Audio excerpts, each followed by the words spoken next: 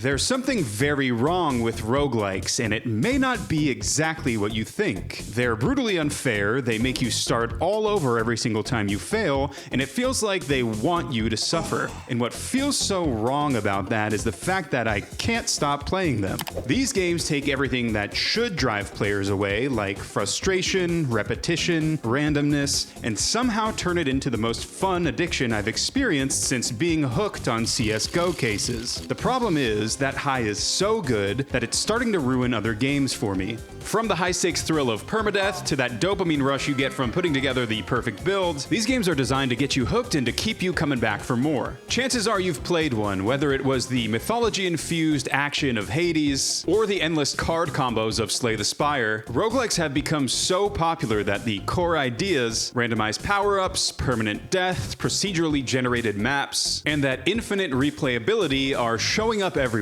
You can probably find some kind of roguelike influence in everything from massive AAA titles all the way to smaller indie projects, proving that the term roguelike isn't really just a genre anymore and is more of a feature that is quietly taking over. So what exactly makes roguelikes so special and addictive, and why does it feel like every other game seems to have some kind of roguelike DNA baked into it these days? Let's dive into the genre that has turned the phrase "just one more run" into a magical spell that keeps me awake until 2 in the morning.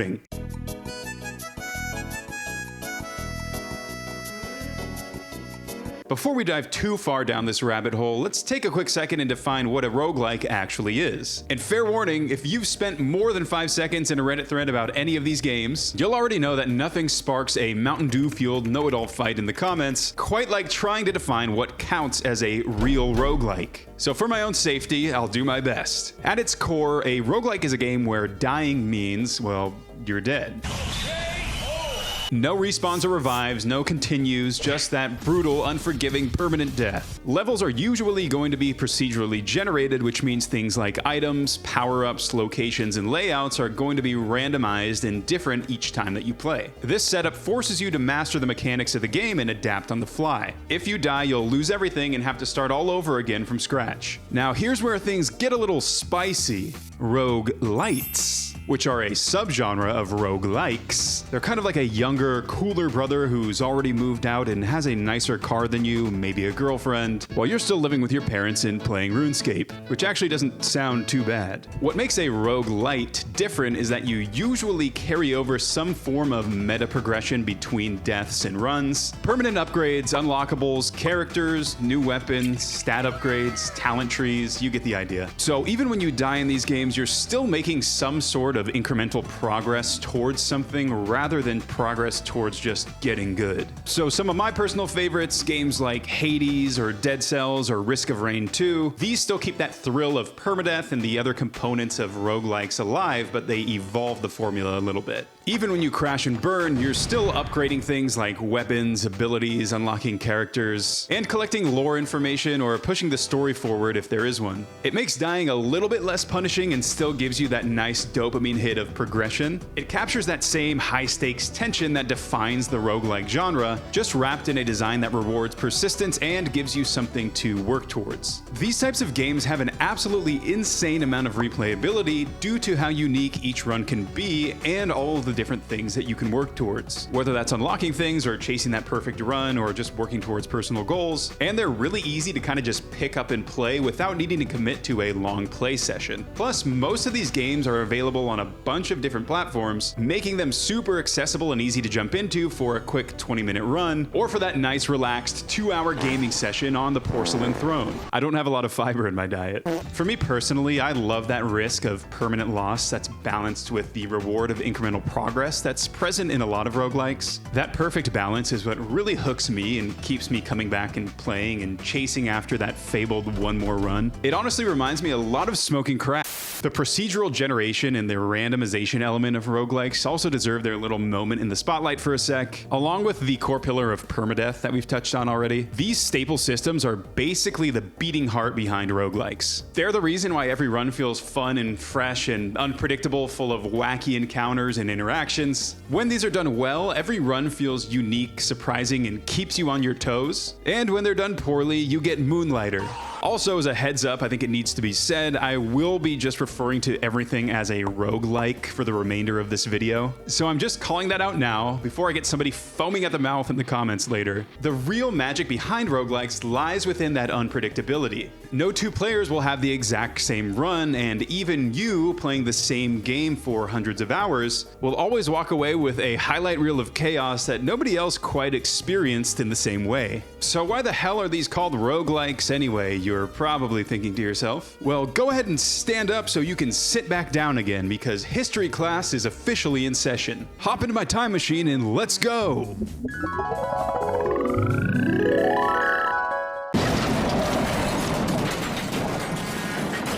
It all started with the game Rogue in 1980, which had cutting-edge graphics, text-based commands that seemed like they were designed by a drunk Neanderthal, and gameplay that wanted nothing more than to cause you as much physical pain as possible. It was awesome. It pioneered the main features that define roguelikes today, like randomly generated dungeons, resource management, and of course, permanent death. It was brutal and a little rough around the edges, but it was revolutionary and it left a lasting influence, basically laying out the blueprint for the roguelike genre today. The late 80s into the 90s saw the release of a few cult classics that were heavily inspired by the original Rogue, which would evolve the genre even further. Games like NetHack, ADOM, and Angband were all known for their absurd complexity and for building upon the original philosophy of Rogue. Dying in these games could mean losing up to weeks of progress. And according to some old forum posts, allegedly players would keep handwritten notes to track things and remember details about their adventure that they might need to recall later. Even entire guides would start popping up all over the place on the old internet, trying to explain exactly how these games worked. Fast forward to the early 2000s, while we conveniently skip over any minor culturally significant moments, and the indie boom hits. Now up-and-coming indie developers are going back and finding these old games like Rogue and NetHack and asking the question, what if we made these games fun for normal employed people? And it was that question that spawned two of the main roguelikes that were responsible for the genre's surge in popularity. Spelunky, released in 2008, took roguelike mechanics and smashed them into a pretty good platformer with tight controls and snappy action. The exciting platforming gameplay combined with that risk of permanent death proved to be a great combo and of course was extremely addictive. Shortly after Spelunky came The Binding of Isaac in 2011, and for a lot of people, myself included, this was the game that was really kind of the gateway drug into the world of roguelikes. It was gross, weird, a little bit unsettling, but it was insanely fun and endlessly replayable, and at the time at least I had never played anything quite like it. And most of the fun that I was having with The Binding of Isaac was trying to put together all different kinds of item synergies and seeing if it was possible to break the game at all, which was a lot more fun in theory because I was usually just dying after the second or third boss encounter because I sucked ass at the game. Anyway, the point is, the release of these two games sparked a fresh interest in the genre of roguelikes from a wider audience of gamers. Combined with the power of Steam and other digital distribution platforms, this led to the roguelike floodgates being officially opened. From this point forward, we were really getting banger after banger, with the occasional shitter. Incredibly fun and fresh titles were coming out in different types of genres and adapting that roguelike ethos into their games. We had Dead Cells, Slay the Spire, Hades, Rogue Legacy, Risk of Rain, and of course everybody's favorite, Dirty Larry's Shrimp Farm. You guys remember Dirty Larry's Shrimp Farm, right? It was the best. My point is, roguelikes weren't just this niche genre anymore, they were everywhere. Which begs the question, how is the genre looking today? Roguelikes have come a long way from their pixelated, dungeon-crawling roots. Today they're faster, sexier, shrimpier, and way more accessible than ever. And like I mentioned earlier, the term roguelike has evolved so much that it's not really even just a genre anymore. It's more like a core philosophy that's been integrated into tons of different game genres. The main ingredients are still there, permadeath, randomization, and that sweet, sweet dopamine hit of assembling a broken build, but the roguelikes of today are pushing experimentation even further, serving up way more variety, crazier playstyles, and enough bright and flashing lights to give an 18th century fishmonger a heart attack. Modern roguelikes have gotten so popular that there really is something out there for every different type of player. You've got the fan-favorite platformer roguelikes like the Rogue Legacy games that have you darting around all over the place, looting gold and items and dodging traps, all while shredding through enemies in a high-risk, high-reward environment. There's awesome co-op shooters like Gunfire Reborn, and one of my personal favorites, Risk of Rain 2, where the random item distribution and the potential for nutty builds, chaotic enemy spawns, and insane power scaling really shine. There really is nothing quite like running around at Mach speed, obliterating otherworldly enemies using your lightning-generating ukulele build, or shooting hot magma by choking your lizard. If you're into something a little more hack and slash or closer to an action RPG, let me introduce you to Hades. Fair warning, I'm gonna take a minute to glaze this game because I like it so much, so go ahead and throw up the glazometer real quick. Hades is honestly one of my favorites because it does so many things so well. The combat is fast, fluid, and responsive, so every fight feels fun and exciting. There's a pretty interesting narrative that unfolds in lore tidbits that you get between each run and each death, where you get to meet a bunch of cool characters and learn their backstories. And dying in Hades never feels wasted since you're always able to gather some kind of meta currency during your runs that lets you do things like upgrade your arsenal of different weapons, build all different types of structures that can help you through your runs, or expand your meta build customization options by opening up different talents and ways for you to customize how your character performs. All the different power-ups that you come across are really cool and fun to use, and they all kind of align within that Greek mythology theme that Hades has going on. Hades is just really awesome, man. If you haven't played it, go and check it out. In a kind of similar vein, there's also the game Children of Morta, which takes a slightly different approach, blending roguelite dungeon crawling with a more heavy emphasis on narrative. You get to grind for loot while exploring a pretty interesting family story, and each character has unique skills and abilities that change the way that you approach combat, and the way that you choose to level up one family member can complement another, which can lead to some pretty fun and creative combinations. There are turn-based, more tactical games like Darkest Dungeon 2 or Into the Breach, which give you that feeling of needing to carefully consider every decision that you make, balancing risk and reward, oftentimes with pretty limited resources that will really get that prefrontal cortex working. If you're into deck builders, well, you're pretty spoiled for choice within the roguelike sphere of influence with games like Slay the Spire, Monster Train, or Vault of the Void. Each one gives you that addicting loop of building a deck, experimenting with wild synergies, and then watching it all collapse in flames or snowball into something completely broken. Even more niche corners of the gaming world have embraced roguelike design. Crypt of the Necrodancer is a pretty unique title that was able to blend the elements of action and rhythm game fundamentals to create one of the coolest roguelikes that I've ever seen, and also has music that has no business going this hard. We've even got roguelikes that let you manage followers of a cult while you decorate a cute base and engage in ritualistic sacrifices. This game is called Cult of the Lamb, by the way, if you haven't heard of it. 10 out of 10. Would sacrifice innocence for personal gain again. And of course, we can't forget the semi-recent darling of the roguelike genre, Balatro, which is a poker/gambling inspired roguelike. The thrill of this game comes from trying to make perfect plays with whatever variables the game tries to throw your way. Mixing strategy, chaos, preparation, and that urge to gamble into the late hours of the morning while chain-smoking cigarettes. It's unique, it's really fun, and I'll probably still be talking about its theme music long after I've been put into a retirement home. One of the beautiful things about roguelikes that I've kind of been alluding to throughout this video is the fact that their core pillars are flexible enough to be applied and put into just about any other game genre. Roguelike elements have gotten so popular that you can start spotting them in other types of games that really have nothing to do with roguelikes at all, whether they're through things like extra modes or side content or bonus content. There's games like God of War Ragnarok, which included a roguelike inspired mode called Valhalla, where you face off off against waves of enemies with different randomizers. Even World of Warcraft has implemented a new game mode called Delves, which borrow from some core roguelike design principles. The game Remnant from the Ashes has DLC that's essentially putting you through randomized dungeon encounters with permadeath, and I think even The Last of Us 2's latest rework or remaster version has some roguelike inspired content in it. The challenge and the excitement that stem from roguelikes are fun as shit, so it's not surprising that more and more games,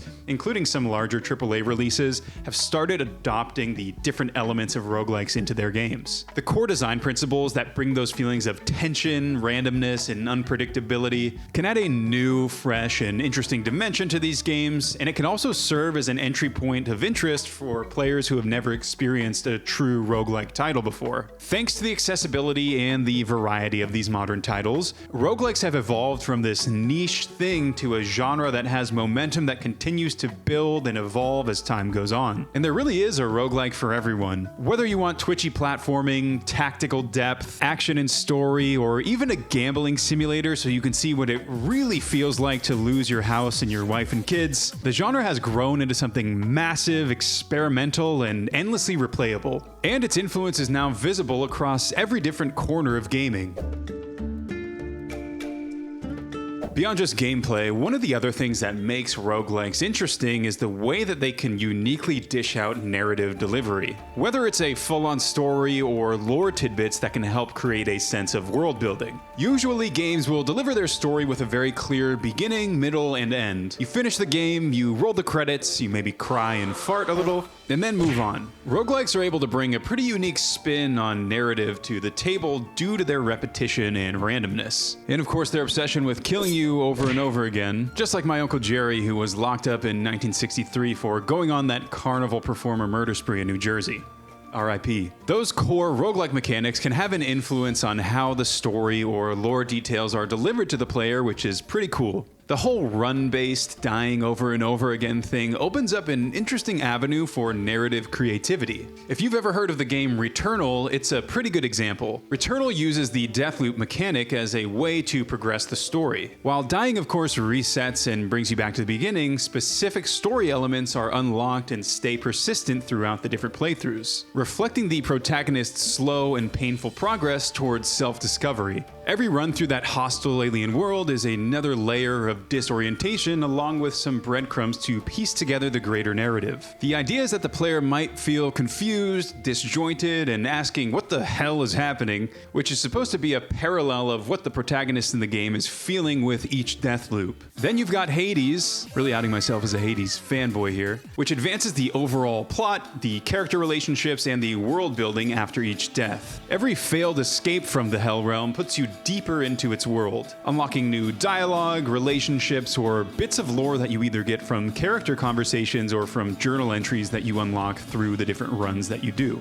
It turns that core mechanic of dying and repeating runs into the main fuel that pushes the narrative forward. Much like how my body is able to turn Taco Bell into fuel that can power such a strong bioweapon that it would likely violate the Geneva Convention. The way that roguelikes can handle world building is really cool too. They rarely dump a bunch of information on you in long cutscenes, for example. Instead, they scatter fragments across multiple runs, letting you as the player connect the dots. Let's take a look at Dead Cells, for example. The game never sits you down and explains exactly who you are or why you're this pile of goo piloting dead corpses, or even what the island you're on actually is. Instead, you piece things together through things like cryptic notes or eerie environmental details that you come across, and little moments that you stumble into mid-run. Maybe you find a prisoner's journal hidden in a cell, or a random corpse clutching a weapon that you've never seen before. These tiny discoveries layer together over time until you suddenly realize, many runs down the road, that you've built an entire mental map of the island's tragic history, without the game ever spelling it out for you. It's filtered through that core roguelike randomness and repetition, which makes every detail and clue feel like you really earned it. Then there's the game Into the Breach, which takes a little bit different of a spin. Instead of just one linear linear timeline, every single run is canon. When you end up inevitably dying and failing your run, that's totally fine narratively because your pilot will literally eject themselves into a different dimension. Just like how my stepdad did when he left to go and get the milk 20 years ago.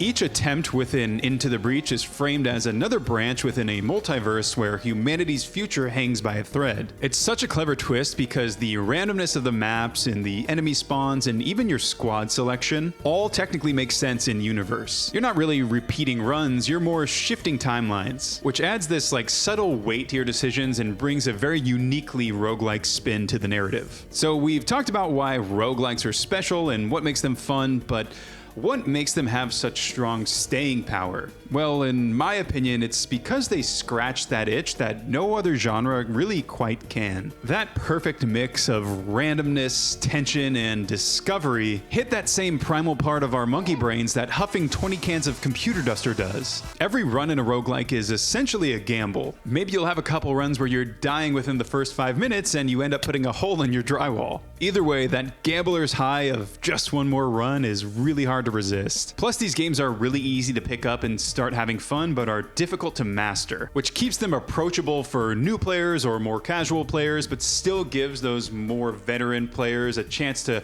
really flex those galaxy brain strategies. From a developer perspective, roguelikes are kind of like the gold standard for replayability. Leaning into procedural generation and the randomization of roguelikes, plus the permadeath aspect, can really do that heavy lifting to keep a potential player base retained. The baked-in unpredictability of roguelikes feels like it taps into that brain reward system that just keeps people coming back for more. And another benefit is that even smaller studios can compete by delivering games that continue to stay fresh and fun for hundreds if not more hours. It's honestly no wonder that roguelikes have kind of been like the darling of indie studios. And when it comes to the gaming industry and the future, roguelikes are already such a great sandbox for experimentation. You can like bolt roguelike mechanics onto anything and suddenly it feels fresh again. We've already seen it in action in RPGs, card games, rhythm games, and even poker simulators with music that makes it feel like my soul is leaving my body.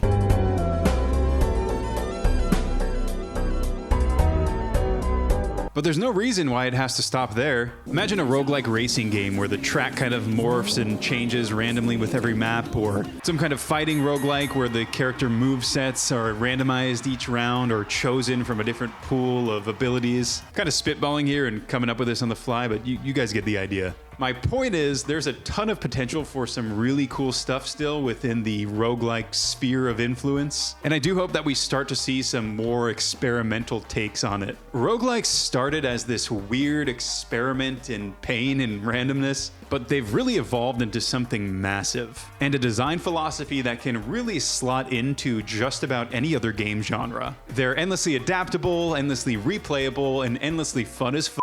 And as long as players keep chasing that gambler's high, which I can't legally condone you do, but you should do it, roguelikes aren't going anywhere. Thanks for sticking around and watching the video. Like it if you liked it. Let me know what your favorite roguelike is down in the comments. Now, if you'll excuse me, I just ate a Taco Bell box meal and have 2 hours to kill with Hades, so I'll see you guys later. Peace.